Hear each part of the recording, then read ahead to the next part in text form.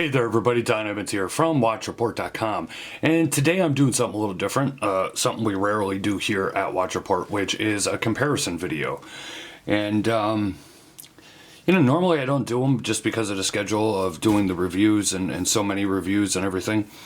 But I have these two watches here in hand, the Ginault Ocean Rover. This is actually an unreleased model at the time I'm recording this. Now, of course, I'm going to plan on uploading it when it is released. It is basically one that I've showed on the channel before. It has a blue and gold bezel. It has the black maxi dial with the sand loom, and it also has a date magnifier it's a beige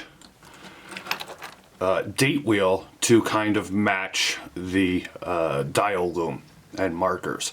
So we'll talk about this here more in a second.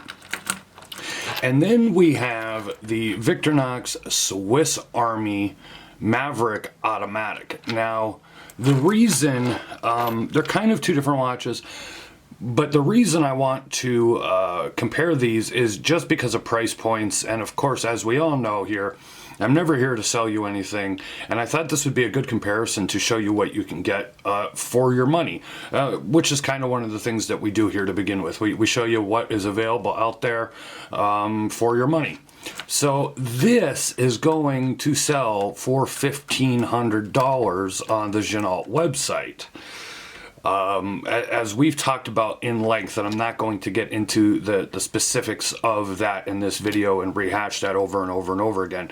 I have other videos on this channel, and there are written reviews on the WatchReport.com website about the Ginault Ocean Rover and all the things that go along with it.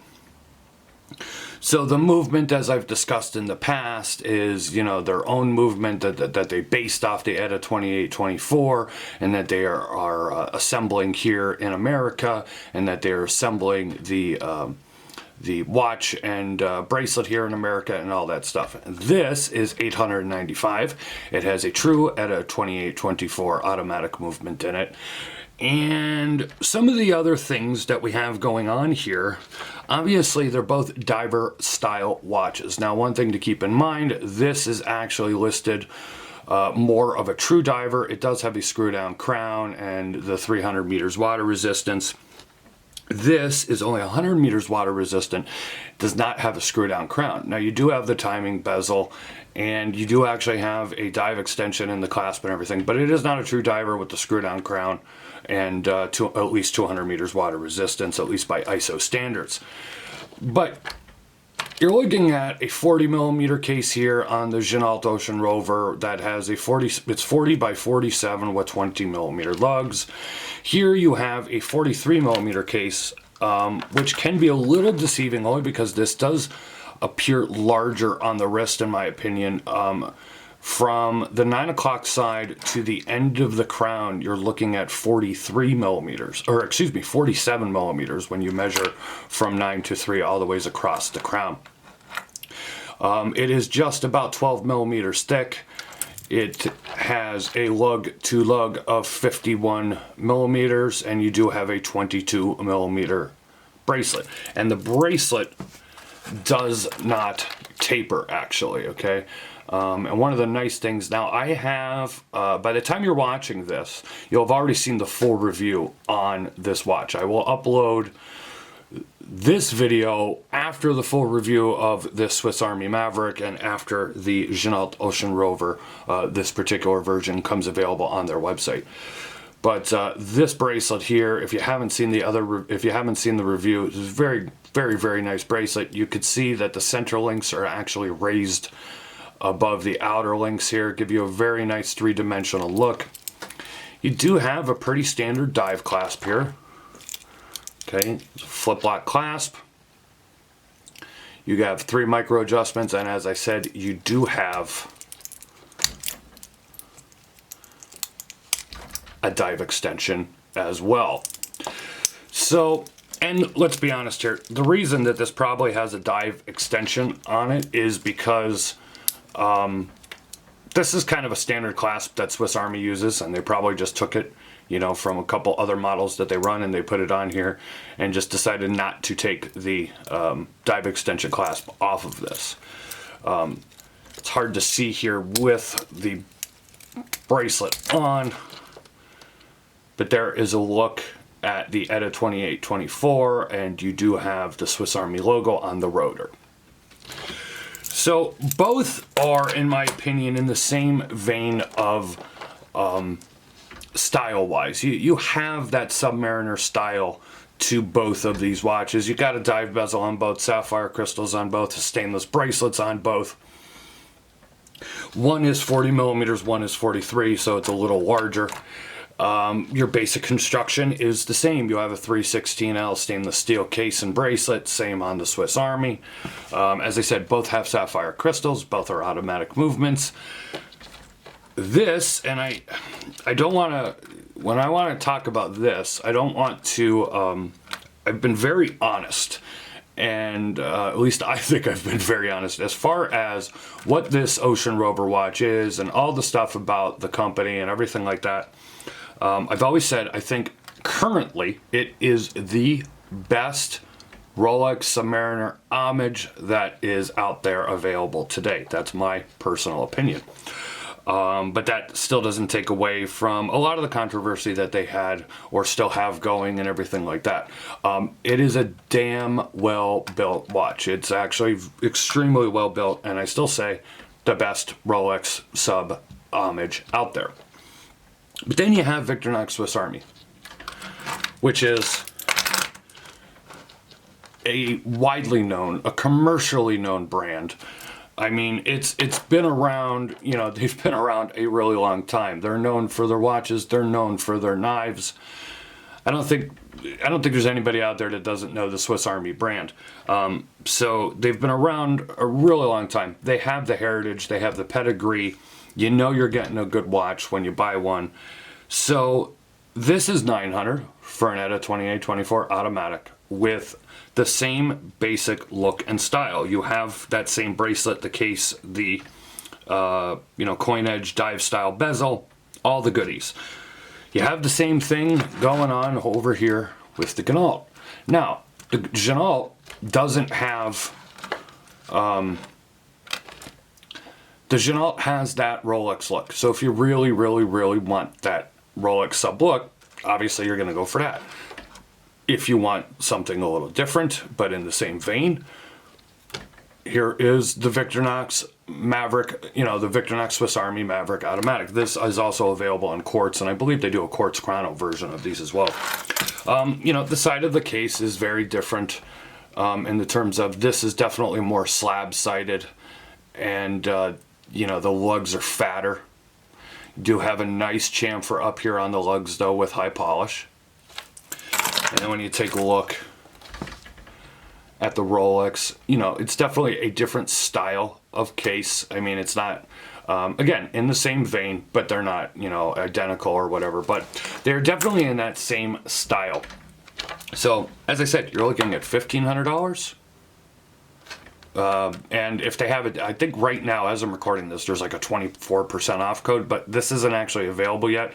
But there's other versions that don't have that date cyclops with the beige date color underneath. There's other versions, I think there's at least 5 other versions of the Rolex, or excuse me, of the Ginault Ocean Rover that you can get 24% off. It comes up as a pop-up right on the website. So that'll, of course, bring it down a little more, but you're still not going to be, especially with a couple of them, you may still not be under $1,000. Now, one area that I have noticed so far, as of the recording of this video, is that, now I've shown this before in all the reviews and videos I've done on these, the lume on these is absolutely spectacular. The lume on this, not so much. And that is an area that, unfortunately, Swiss Army does not seem to be very good at. I reviewed a couple of Swiss Armies here on the Watch Report, most specifically the Inox and the Inox Titanium and the Inox Diver version. And now we have the automatic Maverick version. The lume on this is just not very good. These thin little markers barely are able, including the numbers, are barely able to glow. The hands glow pretty good, but the rest of it, and then there's little dot markers around the chapter ring that glow as well, but it doesn't get very bright, and it's just, the lume isn't very good. The lume on this just blows this away. I mean, that's just absolutely no contest.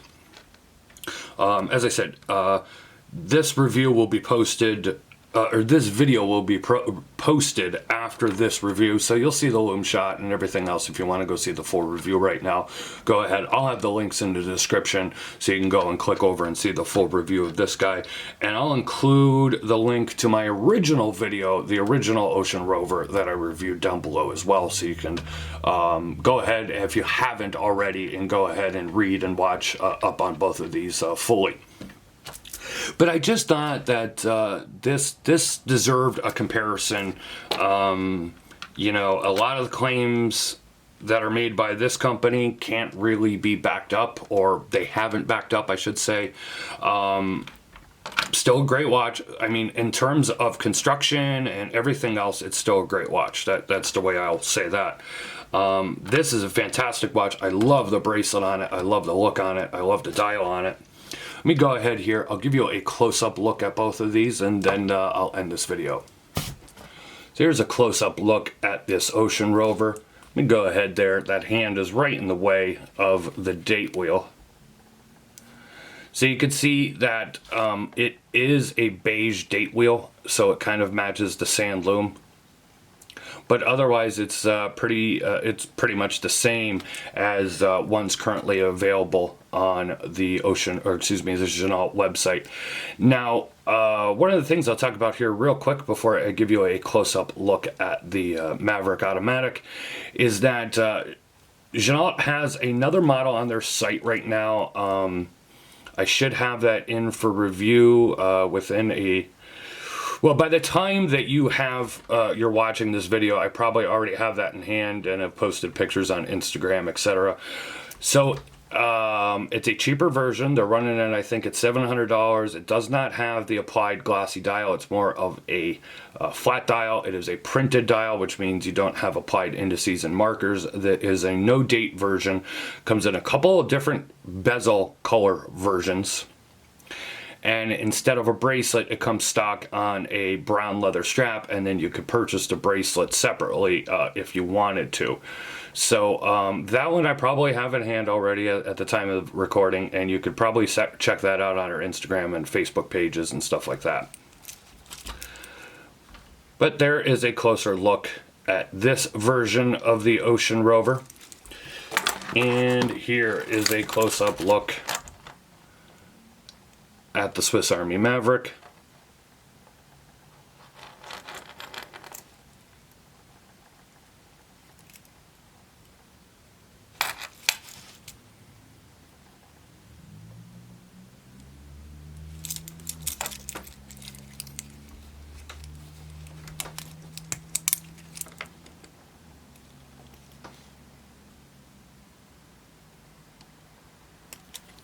So, I kind of already know what the answer is going to be, but which one would be your choice? Some of you already may own these. Some out there may own both of these, actually. But go ahead, leave your comments. Let me know what you think of the comparison. Let me know which one you would pick. This has been Don Evans for WatchReport.com with the comparison of an Ocean Rover versus a Victorinox Swiss Army Maverick automatic. I'll see you guys on the next video. Thank you very much.